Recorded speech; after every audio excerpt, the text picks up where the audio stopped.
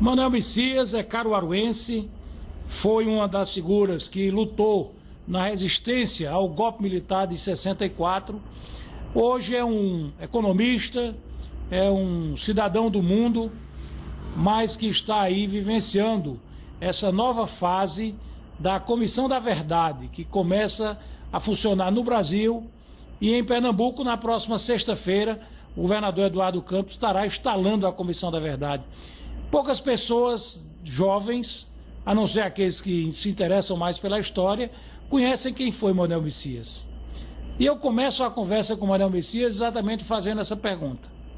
Quem é Manuel Messias? Eu sou uma pessoa comum, como outro qualquer, que se interessou pela política e pela luta contra a injustiça social. Não é? Em 1964, eu já tinha participado da política de Caruaru. Nós tínhamos elegido João Lira Filho para prefeito, porque tinha posições políticas progressistas. Eu fui candidato a vereador em Caruaru, não me elegi, mas fiquei na primeira suplência. E, posteriormente, eu assumi o comando político da esquerda em Caruaru. Veio a eleição de Miguel Arraes e eu fui escolhido por ele como subsecretário político da Secretaria Assistente para assuntos trabalhistas, estudantil e também para a composição da frente em Caruaru. E aí, posteriormente, veio o golpe e nós fomos para a rua trabalhar e lutar contra o golpe, porque o golpe rasgou a Constituição, acabou a democracia, foi uma coisa terrível. E depois, as consequências de tudo isso.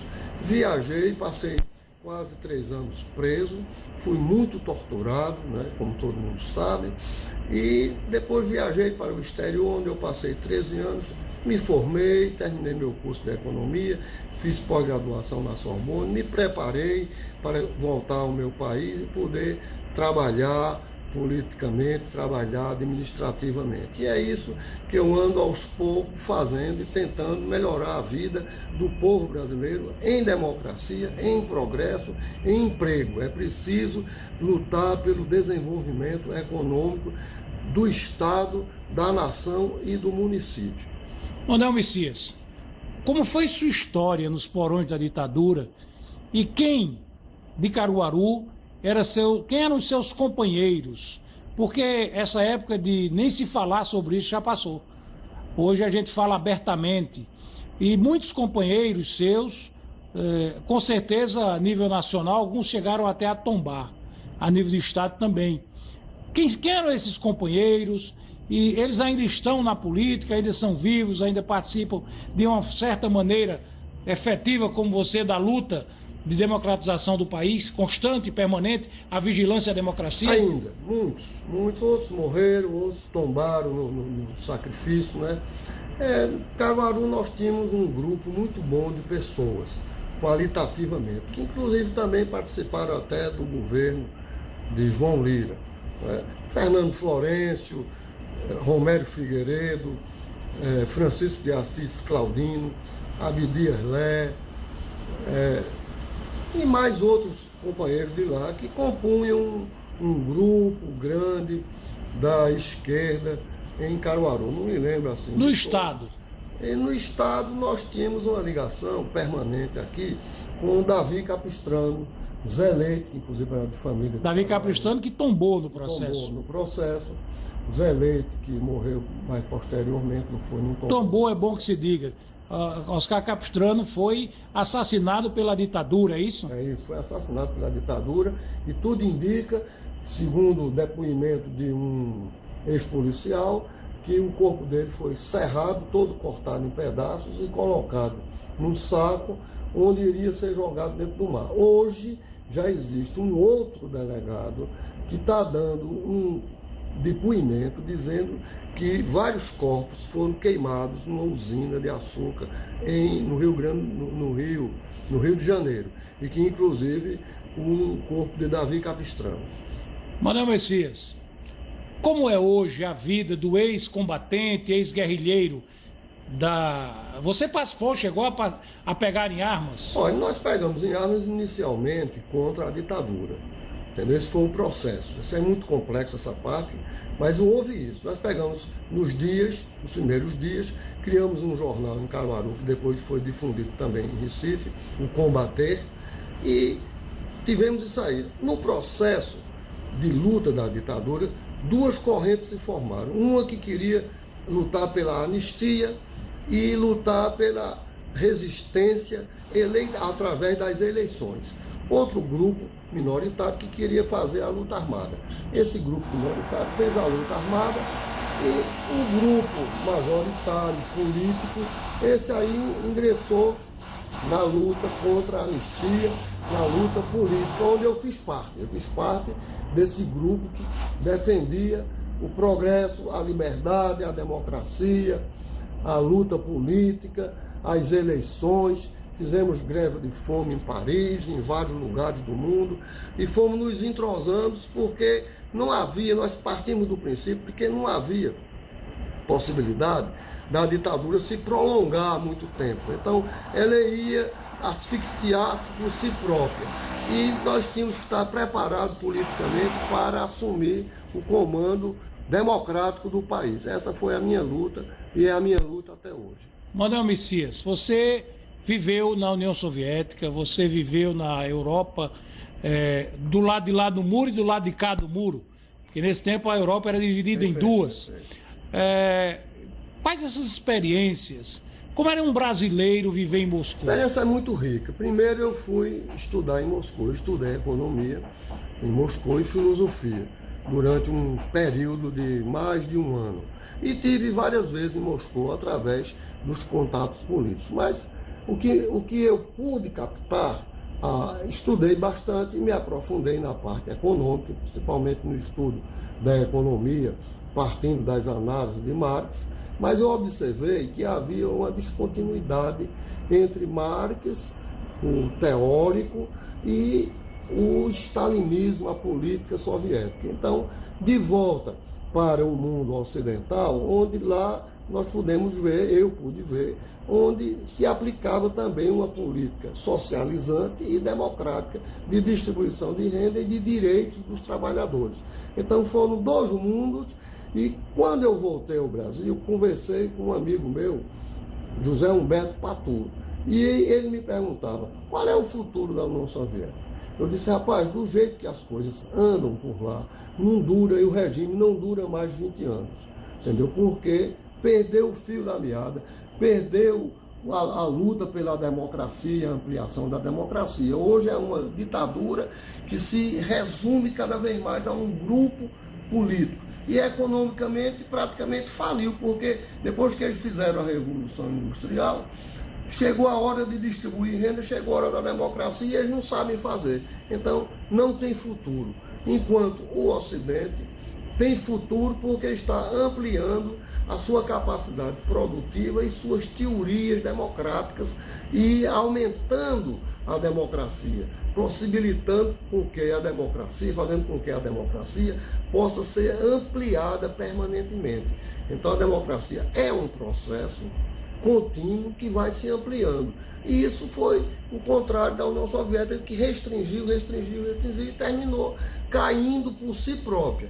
Você veja que eles estavam preparados com armamento atômico para vencer uma guerra a nível mundial contra os americanos. E, no entanto, não deram um tiro e caiu de dentro para fora. Não foi uma luta externa, foi uma luta de inviabilidade teórica, política, econômica e social. Manuel Messias, o Brasil hoje, e o Brasil que você vivenciou quando jovem, lá no final da década de 50, começo da década de 60. O país hoje comandado por uma ex-guerrilheira que possivelmente passou pelas agruras que você também passou enquanto militante político de esquerda. Prisão, tortura, enfim, a presidenta Dilma passou por tudo isso. Mas na ótica do economista, do gente política, do ser político, Manuel Messias, qual é o futuro do Brasil? O futuro do Brasil é um futuro promissor. A Dilma passou por um processo, foi guerrilheira, foi torturada, muito parecido com muitas pessoas. Existe uma peculiaridade. A Dilma é uma pessoa que entende de economia. Ela é economista, não precisa totalmente de orientações externas, entendeu? Então, ela própria entende o mecanismo macroeconômico, como se locomove, como se mexe. Ela parece muito com o nosso governador, que também é economista e sabe para onde vai e para onde mexe, para onde os caminhos da macroeconomia. Então, o Brasil está progredindo muito, crescendo economicamente. Agora, esse ano tem até um problema que diminuiu um pouco o ritmo de crescimento, mas o crescimento do Brasil dá-se justamente na questão de quebrar o protecionismo que vinha desde Getúlio Vargas. Fernando Henrique quebrou um pouco, Lula manteve o que foi feito e Dilma também, só que Dilma está ampliando. Nós vemos o seguinte, o investimento externo no país, o capital não tem pátria, não existe capital externo, nem capital interno, nem capital nacional. O capital é como a ciência, é como a educação, é universal. Então, nós estamos aqui precisando de capital para investir, de tecnologia, de indústrias que gerem empregos. A capacidade do mundo ocidental é muito grande e eles estão trazendo as indústrias para a periferia do sistema capitalista. Está chegando aqui muita coisa, muito capital. Por quê? Porque existe democracia e garantias do investimento. É bem diferente da Venezuela, onde não existe garantia do setor privado. Aqui existe.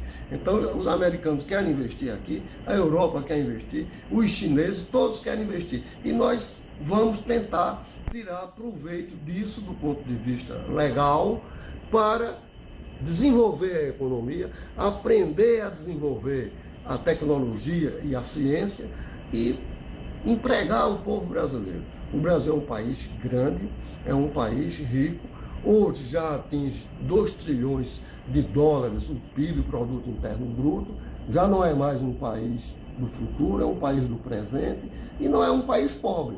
Temos que organizar, isto sim, a população tem que se organizar, a classe média recente tem que se organizar e começar um pouco a entender o mecanismo macroeconômico para que nós possamos assegurar esse progresso que foi implementado nesses últimos 20 anos.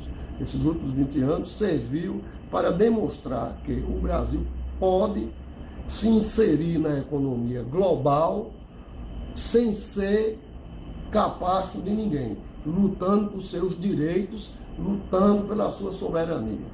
Manuel Messias, caruaruense, uma figura que a história tem que resgatar, pela sua história, pela sua vida, pelo que dedicou a esse país e, claro, que levou, dentro do que era possível fazer, todo aquele processo que o Brasil passou e que faz parte da história. Agora já cabe até análise, porque já tem mais de 30 anos, já dá para olhar para os fatos com a clareza histórica.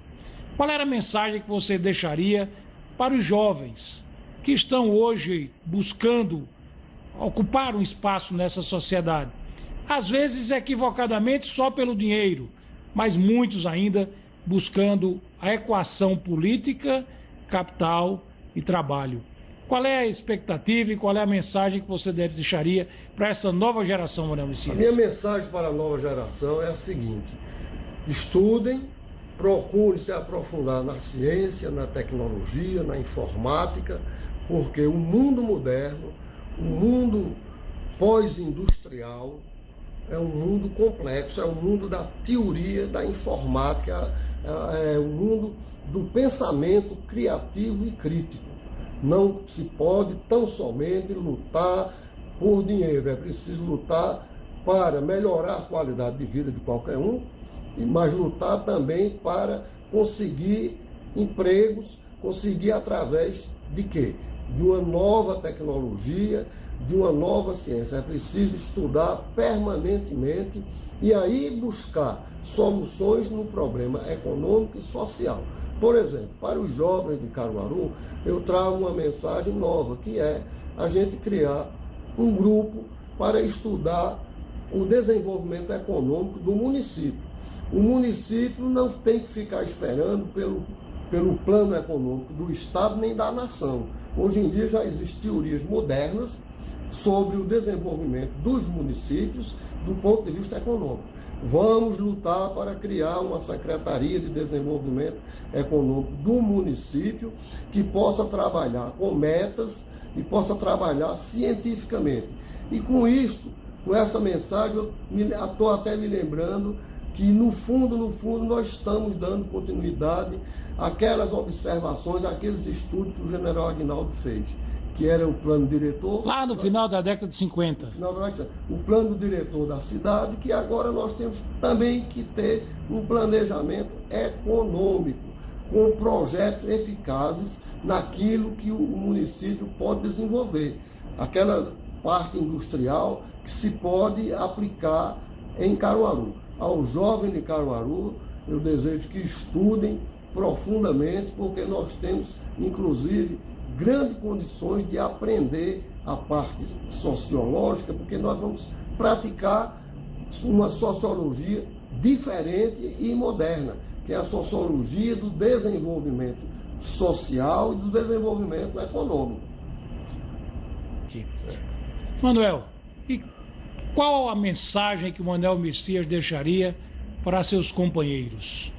Os da velha guarda. Os da velha guarda, eu tenho tido muita dor de cabeça com alguns, porque eles não entenderam que o socialismo acabou.